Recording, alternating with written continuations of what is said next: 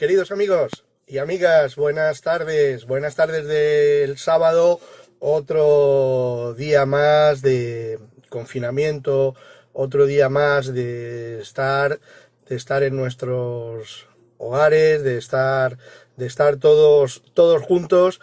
Y lo primero, cómo no, agradecerles a todos ustedes, mientras voy dando a los saludos, agradecerles a ustedes que estén hoy aquí con nosotros en una tarde, pues desde luego que estoy seguro que va a ser buena, va a ser muy interesante porque hoy vamos a hablar de información. Hoy vamos a hablar de la gestión de la información, y por eso, pues lo primero, darles la bienvenida a todos ustedes. Veo que se están conectando desde muchísimos lugares del mundo.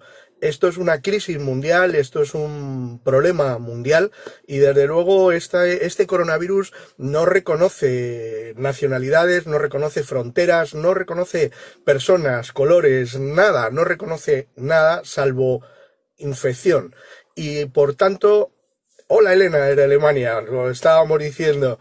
Pues como yo les comentaba, hoy es un tema muy importante, porque hoy vamos a ver la óptica de la información desde dos puntos de vista, desde luego muy complementarios. Vamos a verlo desde el punto de vista de la psicología, con Mónica Moreno, y desde luego vamos a ver la óptica de la información desde los medios de comunicación con Pati Prieto. Desde luego, dos puntos de vista que seguro que van a ser apasionantes, seguro que les van a encantar. Y les voy a comentar, porque hoy tenemos que hacer aquí encaje de bolillos. Vamos a estar dando un paso a uno de nuestros invitados, vamos a estar hablando, invitadas, porque hoy tenemos invitadas, vamos a estar hablando con ella, de repente vamos a cortar con ese invitado o esa invitada para dar paso a nuestra siguiente invitada, y así vamos a estar haciendo sucesivamente. Por supuesto que todas sus preguntas van a ser absolutamente bienvenidas, las necesitamos, todo aquello que les interese, todo aquello que quieran ustedes que nuestras invitadas sepan responder. Y sí que una pequeña apreciación que vamos a hacer, hoy vamos a intentar hablar de información. Lo que no queremos es hablar de gestiones, no queremos hablar de política, creo que estamos ya absolutamente saturados todo, y lo que vamos es a intentar hablar de buena información, de buenas prácticas. Un saludo a México. Vamos a intentar hablar hoy de cómo está influyendo esta información en nosotros, si esta información de alguna manera nos está incidiendo en nuestro estado psicológico, en nuestro estado físico incluso, pero también en nuestra capacidad de estar enfadados o de estar satisfechos con lo que está ocurriendo. Bueno, ¿qué les parece? No me quiero enrollar. Recordarles que tienen ustedes abajo para formular preguntas, tienen ustedes en ese textito de abajo, y volver a dar la bienvenida mientras yo voy a pinchar a nuestra primera invitada. Y nuestra primera invitada va a ser Mónica Moreno, que ya la tengo haciendo la llamada a Mónica. Mónica, buenas tardes. ¿Cómo estamos viviendo? Bajamos un poquito la silla para que se nos vea encajados. Mónica, todo un placer darte la bienvenida, volver a compartir contigo tarde de merienda del sábado. Y vamos adelante. Te voy a lanzar la primera pregunta, Mónica. Independientemente de coronavirus, independientemente de todo, la comunicación en una crisis. Mira, hoy precisamente, ¿verdad, Mónica? Estábamos hablando que una prestigiosa revista nos ha publicado a Mónica y a mí un artículo, el coronavirus y la gestión de las crisis. Luego lo iremos dando adelante. No sé si he dicho bien el título, pero luego lo vamos a compartir, en el que hacemos un análisis sobre la gestión de la crisis a nivel mundial, cómo se ha gestionado la información y cómo se deben hacer las gestiones en tiempos de crisis, aportando nuestra especial y particular visión del asunto. Pero, Mónica, en tiempos de crisis, lo fundamental es dar información o ocultarla. Pues yo creo que lo importante es dar la información correcta, acertada y contextualizada y ocultar todos esos bulos, esas falsas noticias, toda esa información que al final no aporta. Yo creo que lo más importante es justo el dar la información que la gente necesita saber y en una manera en la que la gente la pueda recibir, porque es que si no al final nos saturamos y no entendemos nada. Mónica, ¿la gente necesita saber tanto? O quizá como siempre se podía pensar en otro tipo de regímenes políticos, cuanto menos sepa el pueblo, mejor, más contento lo tenemos. Yo creo que la gente necesita saber mucho, pero muy diferente a lo que se sabe. Yo creo que estamos ya muy cansados de cifras, de números, que no sabemos muy bien lo que significan, de cosas que hacen unos, cosas que hacen otros, pero al final lo que necesitamos saber como seres humanos que estamos metidos en casa, separados de nuestra gente, es pues, bueno, o sea, qué tal lo estamos haciendo, qué necesito hacer, qué tengo que seguir haciendo, cómo tengo que hacerlo y si realmente lo estamos haciendo bien o lo estamos haciendo mal. Esa información creo que nos está dando, hablamos todos los días de muertos, de infectados, de tal, y al final se genera una ansiedad por el dato que tampoco sabemos muy bien lo que significan esos datos.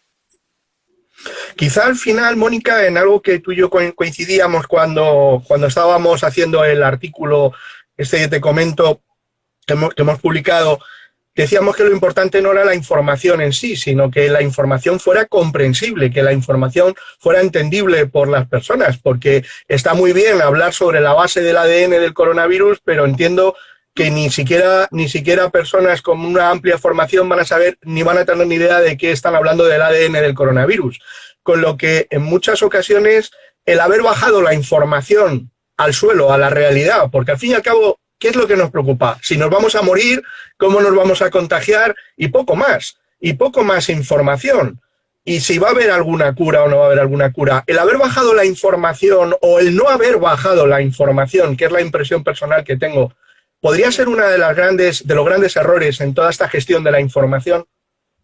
Efectivamente, como hemos publicado esta mañana, Ismael, y lo hemos hablado, yo creo que la información no se ha bajado a la comprensión de la gente que la escuchaba. Entonces, al final ha habido una sobresaturación de información que realmente nadie entendía. Yo no soy inmunóloga, a mí me empiezan a hablar lo que tú decías, de la base del ADN del coronavirus y me parece fantástico, pero al final es como yo necesito entender el dato que me están diciendo, entender cuándo voy a salir, entender realmente por qué estoy en casa, y eso al final no me lo da una cifra, no me lo da una teoría inmunológica estupenda que seguramente tiene una muchísima validez, pero yo necesito saber el por qué, cuál es el motivo real de que yo esté en casa, cuál es el motivo real de las medidas que tengo que tomar, cuáles son las medidas que tengo que tomar. Yo hay momentos en los que sigo sin saber muy bien cómo tengo que hacer las cosas, o sea, y voy como un poco dejándome guiar, gracias a Dios, a los que me indican, pero es como llevamos, no sé cuántos días son ya, 28, 29, ya se me ha ido la cuenta,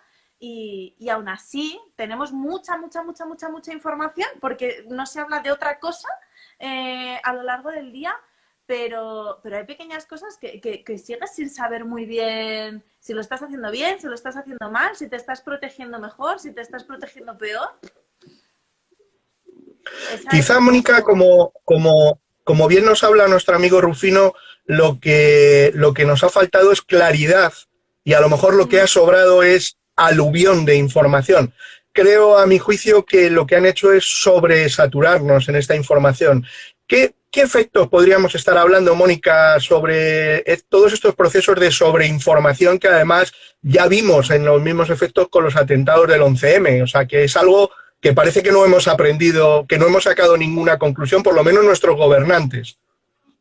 Me temo que no. Para mí el efecto fundamental, y espero no herir ninguna sensibilidad, es precisamente la anestesia del pensamiento crítico. Cuanta más información y cuanto más me sobresaturo de información que no puedo comprender, que no puedo procesar, al final mis canales cerebrales petan y es como ya está, o sea, hasta aquí. De hecho, mucha gente ha terminado, yo la primera, apagando por completo el televisor. Es como ya no me merece la pena escuchar, no me merece la pena escuchar, ya no sabes de quién fiarte, ya no sabes. Entonces, al final, yo creo que, aparte de paralizar el pensamiento crítico, el problema es que ha hecho aumentar muchísimo más la desconfianza, y ya no solo hacia los gobernantes, que no les puedo decir absolutamente nada, sino hacia el vecino, hacia el que tengo al lado, hacia el que tengo más cerca. Entonces, al final, lo que consiguen es que yo no sea capaz de pensar con todas mis facultades y que encima me genere cierto rechazo la persona que tengo al lado. Me parece muy grave y me parece lo peor de esta gestión, la manera en la que se ha transmitido la información, pues eso, a nivel de tecnicismos, a nivel de volumen, a nivel de... Ostras, es que es como... ¡boom! O sea, de repente tienes ahí 200 millones de datos que ir procesando, y como nos dice Nacho, ¿sabes? Luego al final es como mucho dato y encima te tratan como un bebé, que es como, a ver, ¿qué capacidad para pensar tengo? Solo necesito que me vayas dosificando la información como la puedo ir procesando y como la puedo ir... No sé Al tú hilo, si lo ves Mónica, igual. Sí, no, opino totalmente igual. Y al hilo incluso de lo que dice Nacho y al hilo de lo que decías tú, el tema de irnos dosificando la información, que eso no significa irnos hablando claramente, sino no sobresaturarnos. Hay una diferencia entre la buena información, la justa información, que luego hablaremos con nuestra compañera Patricia, Pati, pero desde luego cuando rebasamos esa línea de información, lo único que hacemos es que volvemos locas a las personas, sobre todo si, como en muchas ocasiones, y así hemos podido contemplar, la información incluso es contradictoria. Es curioso que hoy, por ejemplo, veía unas declaraciones del doctor Simón, el que ha sido el gran, que además no olvidemos que este señor no lo han sacado para este caso. Este es un señor con un prestigio a nivel mundial tremendo. Pero me sorprendía una cosa que decía al principio de la crisis. Nosotros creemos que España no va a tener como mucho más allá de algún caso diagnosticado. Alguno. Esperemos que no haya transmisión local. Si la hay, será una transmisión muy limitada y muy controlada. ¿El problema ha sido quizá plegar la ciencia a la política? A ver, yo creo que el problema es cuando se politiza todo, ¿vale? Es como nos comentaba Sara, voy intentando leer un poco lo que nos van comentando, que falta mucha Sí, humanidad en la información. Estamos hablando de seres humanos que lo están pasando mal, bien sea porque enfermo, bien sea porque tengo al lado a alguien enfermo, bien sea porque conozco a alguien que tiene al lado a alguien que está enfermo. Y yo creo que al final el politizar, o no sé si ese es el término exacto, pero con este tipo de dolor tan humano, tan profundo, es una falta de no tengo palabras. O sea, al final, demasiada información inútil y demasiada desinformación de la gente de a pie que lo único que quiere es recuperar su día a día, recuperar sus rutinas, y volver a tener lo más parecido a una vida normal. Entonces, todo lo que tenga el filtro de la política, desgraciadamente en este país, no sé, en otros nos pueden decir los compis que tenemos por aquí, pero desde luego en este país todo lo que pasa por la política se pudre. Eso lo tengo más claro yo que el agua. Y no depende de color. quizá sí. Otra de las cosas que me llama la atención y al hilo de los mensajes que estamos leyendo es quizá la costumbre que tenemos de que nos van colando el tiempo de confinamiento poquito a poco, como si no fuéramos capaces de aceptar que tengamos que estar 2 meses. Quizá habría provocado menos problemas psicológicos, menos problemas el decir directamente, señores, tienen ustedes que estar 2 meses encerrados, a cada 10, 11 días decir que vamos a estar 15 días más. ¿Está provocando un Sin, estado de desesperación permanente? sin ningún lugar a dudas. Era muchísimo mejor que nos hubiesen dicho, miren, señores, nos vamos a pasar hasta junio en casa y si pasa mañana podemos salir a la calle, esa alegría que nos llevamos. Aquí sí que muchas veces los psicólogos luchamos un poco con este me pongo en lo peor para que luego todo sea mejor, pero sí que es Claro. cierto que en general, no sé lo que has visto tú en tu clínica, pero yo desde luego, desde la última prórroga, ha habido un bajón anímico de la gente brutal, porque es como, ya es como, y otros 15, y otros 15, y otros 15. Y ya hemos entrado en un día de la marmota en el que ya no sé cuándo van a dejar de decirme y otros 15. O sea, es preferible ponerse una distancia mucho más larga. ¿Hasta junio? Pues hasta junio. ¿Que vuelvo antes? Eso que me llevo. Que no el decir, venga, va, ahora tenemos el 26 y estamos como alerta de en qué momento me van a decir, ¡boom!, otros 15. y cuando me lo digan va a ser demoledor. Sí, que lo comentábamos porque es el siguiente artículo en el que estamos trabajando, ¿no? El efecto de la incertidumbre Total. en las personas. Eh, ¿Qué efecto, Mónica, está teniendo esta incertidumbre? Porque al fin y al cabo no es que no sepamos o no es que el virus esté comportando, ¿no? Verdaderamente el virus está comportando de la forma que ya lo estamos viendo, con una letalidad tremenda, pero sin embargo sí que parece que vemos una permanente improvisación en muchísimas cosas y sobre todo en el tiempo de confinamiento. Esta incertidumbre, ¿cuándo abriré mi negocio? ¿Cuándo veré a mis padres que están metidos en una residencia? ¿Cuándo podré ir a despedirme de mis familiares muertos? Esta incertidumbre se va a pasar un duro cargo posterior cuando se abra el confinamiento. Pues mira, yo, y aprovechando algunos comentarios que me ha dado tiempo a leer, es verdad que si de repente cogen y te sueltan de sopetón, te voy a encerrar 2 meses, te voy a privar de todos tus derechos, ostras, ese notición necesita almohada. Pero sí que es cierto que cuando tengo una perspectiva más global me permite planificarme. El problema de la incertidumbre es que efectivamente, como ya han dicho nuestros amigos, aparte de conllevar muchísima ansiedad, lo que hay debajo de la incertidumbre básicamente es el miedo, es un montón de dudas, de futuribles, de ¿y si no ¿y si no vuelvo a abrir mi negocio? ¿Y si no tengo clientes? ¿Y si me voy a la ruina? ¿Y si al final...? Y tantos sisis, tantos sisis, tantos sisis nos meten en estructuras ultra obsesivas en las que no podemos dejar de pensar en lo que estamos pensando y necesitamos salir de ahí de alguna manera. El problema es que muchas veces empezamos a generar lo que llamamos las conductas compulsivas, que tienen mucho más que ver con ese intento real de bajar el nivel de malestar que termina siendo insoportable para muchos. Esas conductas compulsivas pueden ser el me tiro trabajando hasta las 10 hasta las 3 de la mañana, hago deporte como un loco, me engancho a todos los directos habidos y por haber en Instagram, no hago más que tirar baterías de mi teléfono, llamo compulsivamente a todo el mundo, veo las noticias a todas horas. Al final cada uno intentamos reducir ese nivel de miedo. En el momento en el que le das una previsión de planificación, es decir, te tienes que planificar para 2 meses vista. Vale, fenomenal, es un impactazo. O sea, a mí de golpe y porrazo me dicen, te vas a tirar 2 meses en tu casa sin poder salir y me da un patatús.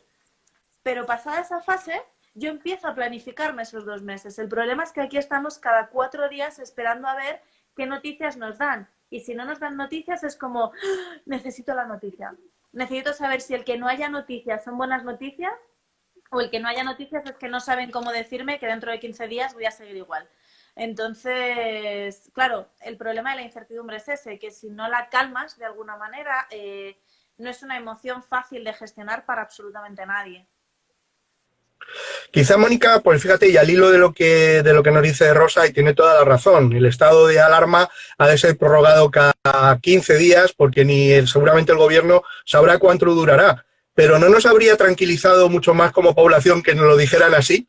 Tenemos que renovar cada 15 días el estado de alarma, pero desde luego no sabemos como gobierno cuánto tiempo vamos a estar confinados. Habríamos agradecido a la población para rebajar ansiedad y estrés el que viéramos en el gobierno lo mismo que nos pasa a nosotros, reconocer que algunas cosas no las saben.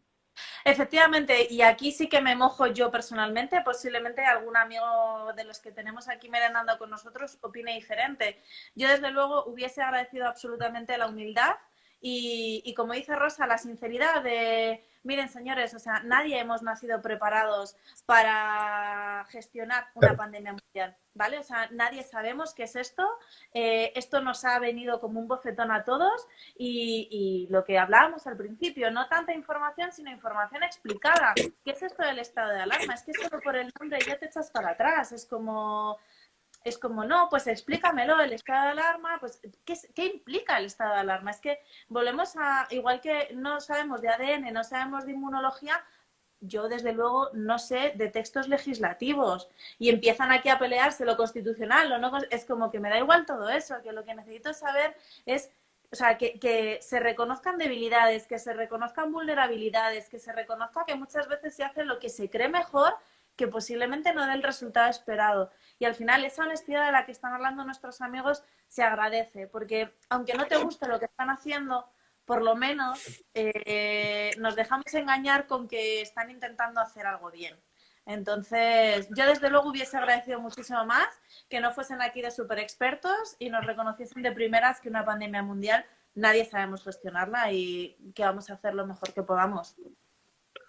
Bueno, Mónica, te voy a decir hasta pronto, pero no te vayas porque vamos a dar paso a nuestra siguiente invitada. Vamos a dar paso a Patricia, a ver si la puedo dar paso. Me tienes que echar, échame. Dime. Ya te he visto. Vamos allá. Queridos amigos, un momentito porque es lo complicado hoy. Estamos esperando a Patricia Prieto. Vamos a esperarla. A ver, a nuestra Pati Prieto, que enseguida la vamos a tener a la vista. Pues como yo les decía, Patricia Prieto, ¿qué estás haciendo? Que no te puedo dar el paso. A ver si ya la tenemos. ¡Ya la tenemos! ¡Buenas tardes!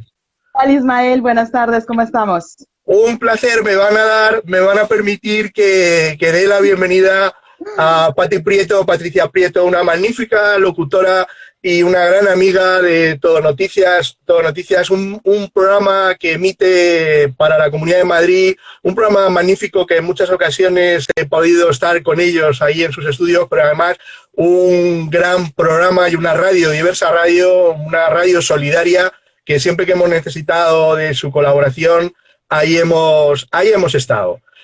Patricia, buenas tardes. Bueno, te voy a lanzar la primera andanada. La primera andanada. Patricia, yo quiero que me comentes un poco sobre el tema de los bulos, el tema de las falsas informaciones.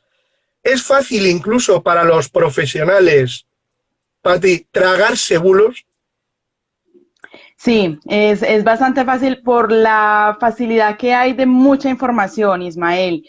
Para nosotros como medio de información, de hecho, dar en las ondas de la radio una información hay que escudriñarla muchísimo.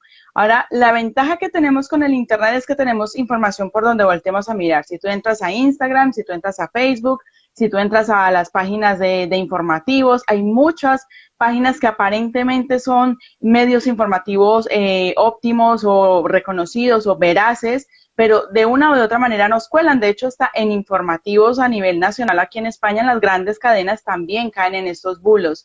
El problema de esto, Ismael y queridos amigos, es que genera en la gente muchísima ansiedad, porque hay tanta información que filtrar concretamente cuál es la real y cuál es la falsa es muy complejo. Bien lo decían las autoridades en su momento cuando todo esto inició, en inicios del mes de marzo, que las fuentes oficiales serían única y exclusivamente las fuentes del gobierno.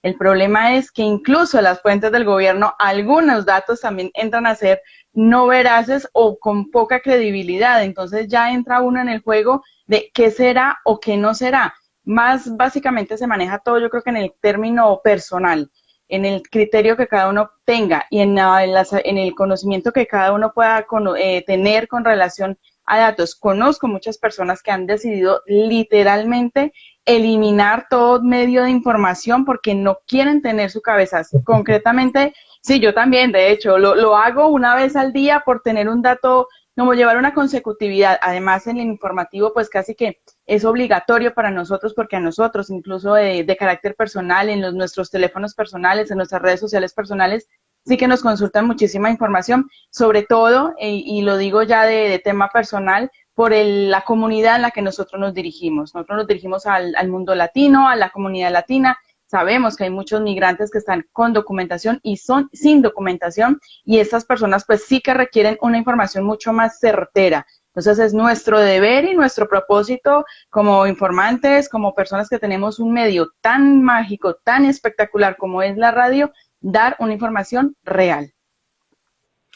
Efectivamente, Patricia, una de las cosas que me llamó la atención en lo que hablábamos de la información, bueno, hoy estaba consultando una página de los mejores bulos que se han emitido sobre el tema del coronavirus, pero es que al día de hoy, después de lo que llevamos llovido, después de lo que llevamos sufrido, todavía tengo personas que me siguen diciendo lo de que tómate agua caliente y aguanta la respiración. Todavía tengo personas que me lo siguen diciendo, con lo que los bulos y las falsas informaciones son persistentes. De alguna manera, ¿crees, Patricia, y es algo que yo sé que vosotros lo hacéis en Diversa Radio, la información, primero hay que valorar para quién va a ir la información, para adaptar esa información al receptor de la misma? Claro. Ten en cuenta, Ismael, que la información que sale, por ejemplo, de boca de un científico, de una persona súper estudiada en pandemias y en epidemiología, médicos súper especializados, tienen un lenguaje muy técnico, ¿vale? No toda la población, ojalá toda la población fuese de ese mismo nivel, pero no lo es, y hay que volverla más cotidiana, hay que bajarla de nivel, por darle un comparativo, ¿no? De volverla de las palabras más nuestras, más de la calle, para poder que la gente entienda. El tema por ejemplo, de desinfección y eso, hombre, técnicamente tiene una explicación mucho más entera, más compleja, pero el simplemente lavarse las manos, o sea, es volverla más común. ¿A quién va dirigida? Claro, hay que saber a quién, porque no es lo mismo lo que hablaban hace un rato con Mónica, del ADN del COVID-19, de dónde viene, de sus raíces. Eso le interesa a las personas que van detrás de una solución, es decir, científicos, médicos y especialistas del tema. A la persona del común le interesa es protegerse, proteger a los suyos, evitar que de pronto en su familia o en su entorno haya alguien contagiado, y si lo hay, cómo hacer y cómo tratar a esa persona. Evitar el tema de lo que son las exclusiones, el señalamiento, de que aquí en España no es tanto, pero en Latinoamérica ahora que ya se está empezando a crecer la curva de contagios y a elevarse la curva, estamos viendo que dentro de los conjuntos residenciales, incluso de altas esferas de la sociedad, lo digo concretamente colombiana, se están viendo señalados médicos. No quieren que la gente, los residentes de un conjunto residencial, de una urbanización, no quieren que dentro de su conjunto vaya un médico que atiende urgencias de COVID-19 por temor al contagio. Entonces, hay que saber explicarle a la gente, hay que saber darles a entender la importancia, la prioridad que tiene con relación a su entorno, a su familia, a su bienestar, y sobre todo el no permitir esas estigmatizaciones y el evitarlas con la desinformación o con la sobreinformación, porque también son dos situaciones complicadas. Claro, efectivamente vosotros con el tema de la radio conseguís llegar ahora mucho más allá. Creo que ahora mismo la radio sí siempre ha sido un elemento de ayuda, ahora es también un elemento de consuelo, ¿verdad? Casi tener un amigo en las ondas. De consuelo, de acompañamiento. Ahora es donde las tradiciones nuestras vuelven nuevamente a la palestra pública, ¿no? El volver a recordar. Nosotros en Diversa y en la radio, en Diversa Radio como tal, hemos optado por la nostalgia, ¿no? Por retomar estas cosas que nos hacían de antes, porque bien sabemos la evolución de la comunicación y de la en tecnología, pues impiden muchas situaciones tener el person to person, ¿no? Yo contigo, tú conmigo. Pero, ¿qué hacían nuestros abuelos cuando estaban sin televisión, sin radio, sin el internet, ¿no? Que esos antiguos juegos de volver al dominó, de volver al parchís, de volver al sábelo todo, a juegos tan básicos como el stop y eso, retomar. Entonces, a nivel radial, un poco la compañía, tenemos pues tres partes de acompañamiento en Diversa, en la mañana, en la tarde y en la noche, de diferentes tipos, ¿no? En la mañana muy informativo, en la tarde más bien de humor y de pasárnosla, distraer, de acompañar, de desconectar a la gente de los datos sin apartarlas de la realidad. y ya en la noche, pues obviamente ya la misma información de un tema mucho más relajado, de un tema mucho más incluso a nivel cultural, que ha impulsado también el tema cultural en esta crisis, que se ha modificado muchísimo cómo veían antes los artistas sus seguidores y cómo veían los fans a sus artistas. Ahora es donde realmente se está dejando ver la humanización de todo lo que está pasando y la comunicación. Quizá, Patricia, ha cambiado la idea de las grandes informaciones por, como nos decía Rosa hace un momentito, informaciones útiles, informaciones que nos puedan servir para aclarar una duda, porque al fin y al cabo ahora nuestra duda no está en si han sido 14.000 o han sido 15.000 o han sido 20.000 los fallecidos, nuestra duda no está ahí, nuestra duda es de si salgo a comprar me puedo contagiar. Si cojo unas naranjas, las naranjas las ha tocado antes alguien, me puedo contagiar. Es decir, quizá ahora nuestra información, la obligación de los comunicadores está en facilitar esa utilidad de información. Ismael, ten en cuenta que la información hoy día es tan cambiante como que lo que hablamos hace 2 minutos ya no nos vale para lo que vamos a hablar ahora. ¿Por qué? Porque es que la misma evolución de la epidemia, del virus como tal, nos obliga a eso, a estar siempre renovando información. Hay que saber qué información renovar, pero lo básico, o sea, lo fundamental, siempre se va a manejar la salubridad sobre cualquier cosa. La higiene, son datos concretos.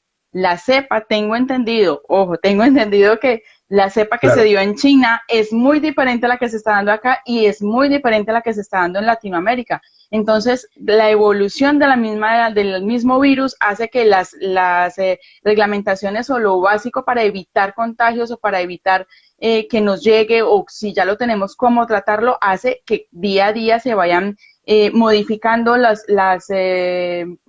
comportamientos de la cotidianidad.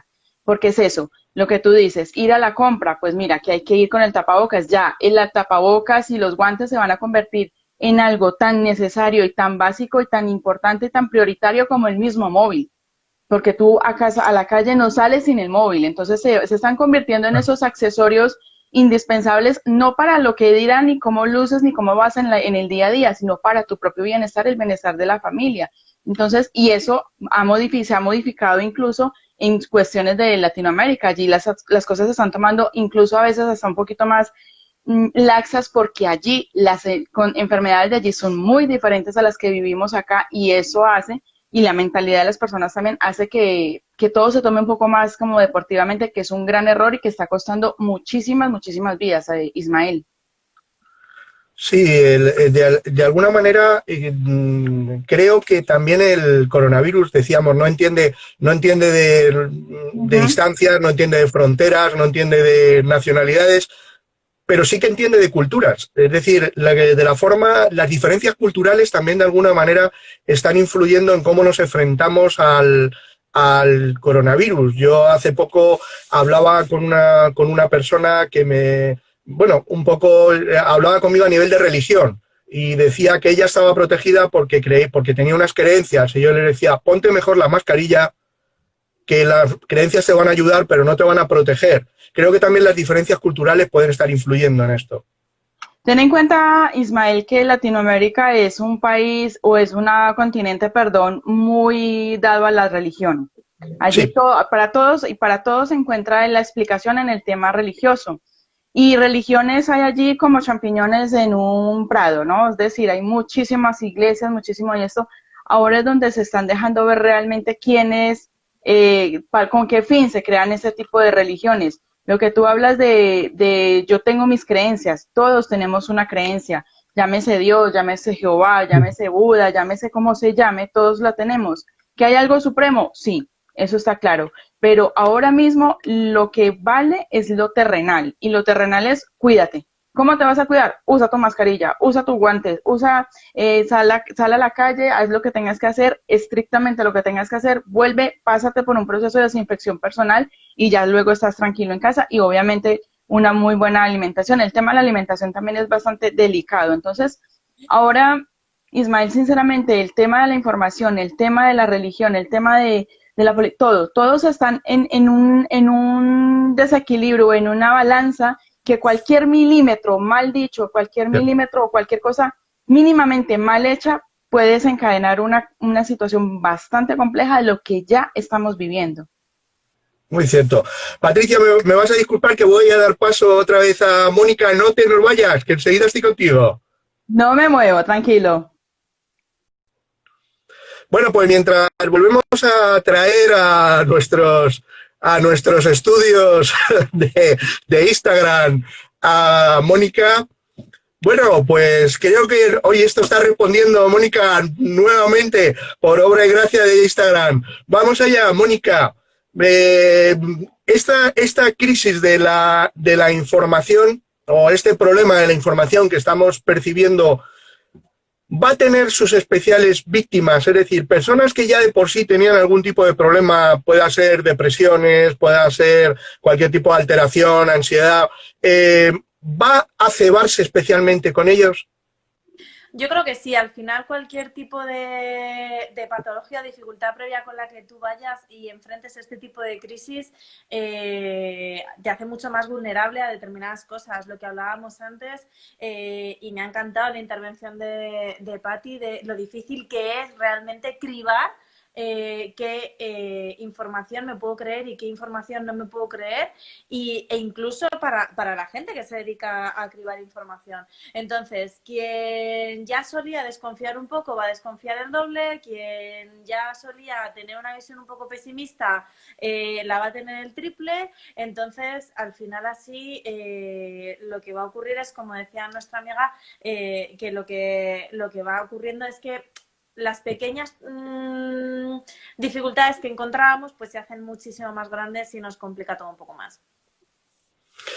Como nos preguntaba una buena amiga ahora mismo, desde luego la idea es que va a acrecentar todo. O sea, es decir, los que no tenían van a empezar a tener y los que ya lo tenían los va a acrecentar. Volvemos a lo mismo que hemos hablado siempre. Contratamos médicos, contratamos enfermeros, pero psicólogos voluntarios. Y si es posible, que tampoco tengan formación, que sean fáciles de llevar al campo de batalla. Esto es un quiero y no puedo y al final lo van a terminar pagando como siempre, que es nuestra población. Esto es una vergüenza, sinceramente. Esta mañana leía que al fin hemos conseguido, mediante las denuncias del Colegio de Psicólogos, se ha dado de baja los héroes del COVID-19 y todos esos, ese aluvión de intrusos que tenemos en el mundo de la psicología, y que yo creo que muchas veces los propios psicólogos ni siquiera somos capaces de proteger nuestra propia profesión. Tenemos un momento excepcional para demostrar qué es nuestra ciencia y para qué servimos como profesionales, y lo único que estamos haciendo es regalar sesiones, regalar nuestro trabajo, tirarlo por tierra, y al final pues eso, todo a base de voluntariados, todo a base de gente sin la formación necesaria, todo a base de... Entonces, al final, la imagen que se está dando es que aquí todo vale en la psicología, y no es cierto, porque al final una persona que no está preparada y no tiene la formación, con toda su buena intención, lo que hace es perjudicar el doble de lo que beneficia. Entonces, y ya no solo la persona con la que trabaja, sino su futuro, la de la gente que le rodea, etcétera, etcétera. Entonces hay que ser un poquito más riguroso, sinceramente, con nuestra profesión, y todo eso que le pedimos a los políticos, pues también nosotros ser mucho más honestos y darnos a valer con nuestro trabajo, no regalándolo, sino haciéndolo... Ayer Mónica denunciaba una página en Facebook donde una supuesta profesional, al final no supe encontrar profesional de qué era, anunciaba cursos para aprender a hacer hipnosis y decía que de esta manera se pasaba mucho mejor este tiempo del confinamiento.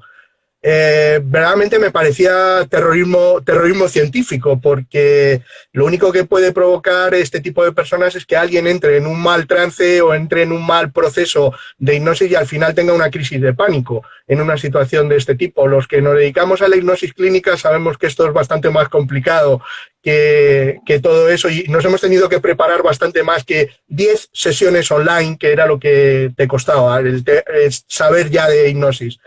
Verdaderamente, Mónica, la información creo que es tremenda. Desde el momento que abrimos los telediarios, todos los múltiples telediarios especiales, y tenemos por aquí a María, nuestra María también conectada, pues el gran trabajo que están haciendo los profesionales y además en muchas, profesionales de la información y en muchas condiciones, en circunstancias súper penosas, pero penosas emocionalmente y penosas a nivel de medios también.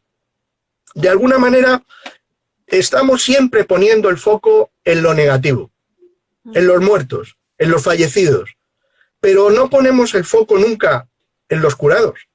¿Por qué este tipo de información, que a mí también me parece una información falsa, porque toda información tiene dos puntas, tiene dos lugares? ¿Por qué nadie hace relación al dato bueno que sería el decir, señores, hoy abrimos el telediario diciendo se han curado tantas personas? ¿Sería una revolución? Sí, no, afortunadamente te tenemos a ti, que en tus redes sociales siempre estás promoviendo esos curados y es como buenas noticias. Creo sinceramente que es una cuestión para que la gente no se confíe. Es decir, nuevamente, lejos de ser sinceros los unos con los otros y hablar desde la más sincera humildad de, oye, lo estamos haciendo bien, se está recuperando la gente, pero esto no quiere decir que podamos empezar a salir, que podamos empezar a saltarnos las normas, etcétera, etcétera. Desgraciadamente muchas veces parece que tienen que castigarnos y amenazarnos para que nos sometamos a algo que evidentemente es incómodo de gestionar. Me encantaría que Pati nos contestase a esto y si puede María, que está por aquí también, porque es cierto que le damos poca importancia a los medios de comunicación y a los profesionales que están constantemente, o sea, lo que nos decía Pati es que ellos no pueden no estar empapados de información. ¿Cómo se lleva eso emocionalmente? O sea, es que tiene que ser devastador, porque yo levanto la manita de yo soy de las que apaga la tele y no quiero saber, pero ellos no pueden. Entonces, ostras, nos estamos olvidando de mucha gente y yo creo que, espero que hoy a las 8 aplaudamos por mucha más gente, por supuesto por nuestros sanitarios sin duda, pero por muchísima, muchísima, muchísima más gente que sigue haciéndonos la vida más fácil y a veces pasan desapercibidos completamente. Yo hoy sin duda, Sí. sin duda lo haré porque en estos días, bueno, que ya también un poco se estaba criticando el tema de los aplausos, yo creo que también nos merecemos, aunque sea 3 minutos, 4 minutos de alegría, de salir a aplaudir, de salir a emocionarnos, de dar a expresarnos. Yo soy de los que pongo con mis hijas, pongo música y organizamos unos bailes y yo... Todos mis vecinos al final nos despedimos, gente que no nos conocíamos y nos decimos hasta mañana y nos gritamos, un día menos. Yo creo que ese proceso de solidaridad colectiva también es muy importante para reforzarnos como grupo. ¿Es así? Sí, sobre todo para la gente que está más sola, ¿vale? Yo, por ejemplo, yo estoy pasando el confinamiento sola con mi perrete, entonces sí que es verdad que ese contacto con la gente que tienes cerca, que muchas veces el otro día salí porque justo me pilló que no estaba trabajando, entonces pude salir a aplaudir y justo mi vecina me decía, hombre, Mónica, menos mal que te veo, hacía muchos días que no te veía. Es como, ostras, en condiciones normales mi vecina jamás se hubiese acordado de mí, pero aquí parece como que somos todos mucho más humanos con el que tenemos al lado. Volvemos a lo mismo, son los fenómenos de polarización, somos mucho más humanos y mucho más inhumanos, entonces somos así por naturaleza. Mónica, una gran pregunta que verdaderamente a mí me parece la parte más triste de todo esto, los procesos de duelo, las personas que en este tiempo están falleciendo y los familiares, los amigos no tienen esa oportunidad de ir a dar ese pésame. Yo veía unas imágenes en estos días de dos hijos dando pues, su último adiós a un fallecido en un tanatorio a varios metros de uno del otro, sin poderse abrazar, sin poder tocar el féretro. Me parecía de una tristeza, me parecía de romperte el corazón de una manera terrible. Mónica, sé que esto es complicado lo que te voy a decir, pero rápidamente, ¿cómo vamos a gestionar esto? Pues desgraciadamente me temo que todos estos duelos se van a complicar mucho. Primero porque no hay una despedida, no hay un cierre, hay un mogollón de shock emocional. Yo creo que las fases de negación se van a prolongar muchísimo y aparte no hay el recogimiento de la familia, de los amigos, ese sentirse recogido. Y ahí yo lo publicaba en mis redes sociales, a mí me empieza ya a pesar el no tener el contacto real. Están muy bien las nuevas tecnologías, pero al final cuando tenemos un sufrimiento emocional muy grande necesitamos ese abrazo de esa persona que te quiere, de ese amigo, de ese hermano, y la distancia de seguridad, jamás diremos tú y yo distancia social, la distancia de Nunca. seguridad no es nada social y no es nada amiga de ayudar a estos procesos de duelo que inevitablemente va a haber que hacer en masa. Mónica, nos dice María, muy rápidamente, antes de que pase a Patricia, ¿hemos dejado de ser tan egoístas? Qué difícil, qué difícil. Yo creo que para contestar a esto tenemos que dejar que salgamos a la calle y ver qué hemos aprendido realmente. En casa, desde luego, sí, un poquito, pero veremos a ver qué aprendizaje sacamos de todo esto. Espero, por favor, que sí y que empecemos a ver un pelín más allá de nuestra nariz. Mónica, te voy a despedir, ahora sí que sí, porque voy a dar paso a Patricia. Nos quedan 15 minutos de emisión y tenemos que dar paso a Patricia. Vamos allá. Muchísimas gracias, Mónica. Te mando un beso enorme. Muchísimas gracias. Chao. Bueno, pues mientras vuelvo a pinchar otra vez a nuestra Patricia, que ya la tenemos a puntito de entrar aquí. Patricia, no te dejo ni arrancar. Patricia, cojo otra vez la pregunta de María. Patricia, ¿nos estamos volviendo menos egoístas? Estoy completamente de acuerdo con lo que dice Mónica, lo que decía hace un instante. Hay que esperar que esto pase.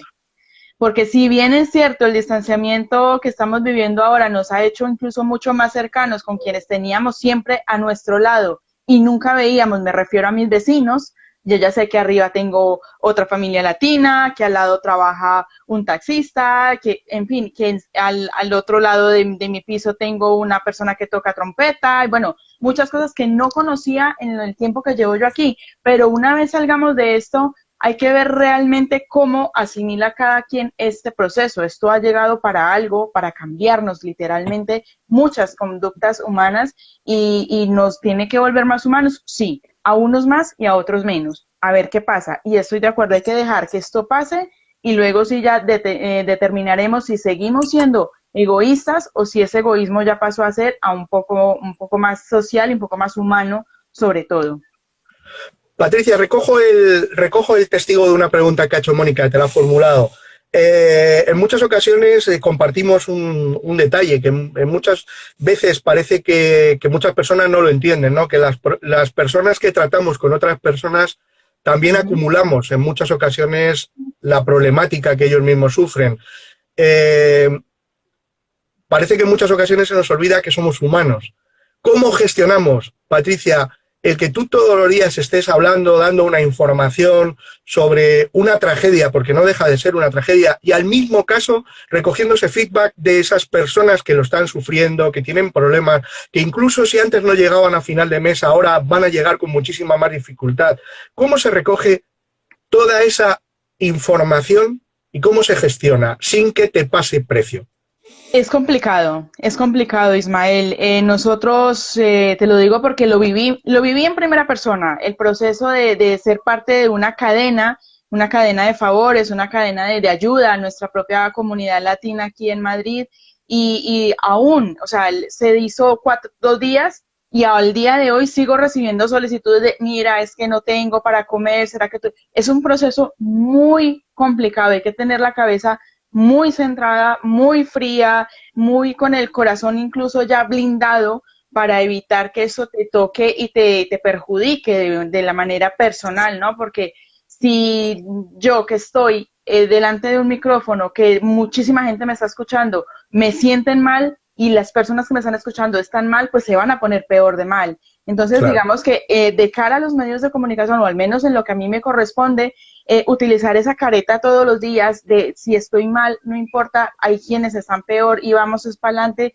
el ánimo, pero eso también llega un momento en el que ya la gota derrama la taza y explotamos. Y yo creo, he encontrado dentro de las opciones es simplemente hablar, pero saber con quién hablar. Si hay de llorar, no todas las personas manifestamos las emociones de las mismas maneras. Hay quienes lloran, hay quienes gritan, hay quienes pronto incluso pasan enfadados un día, o hay quienes les da por hablar, o hay quienes simplemente se quedan en silencio. Entonces, es complicado, Ismael, porque y tú más que nadie lo sabes, cada ser humano es un mundo y es un universo, pero de cara a los medios de comunicación, manejar esos universos en un universo general y en un universo personal ya de cada quien es muy duro. ¿Cómo hacerlo?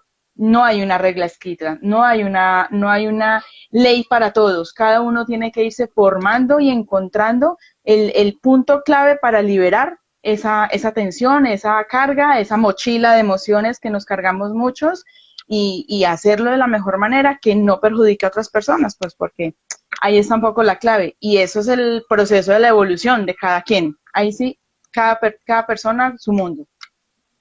En muchas ocasiones, Patricia, también es importante o es fundamental en vuestro trabajo manteneros fuera de la información, es decir, para no entrar a hablar o a cuestionar o a apoyar la información, es decir, mantenernos al límite de lo que es la información, traspasar la información sin que se nos vea si estamos de acuerdo o estamos en contra de esa información. ¿Es complicado?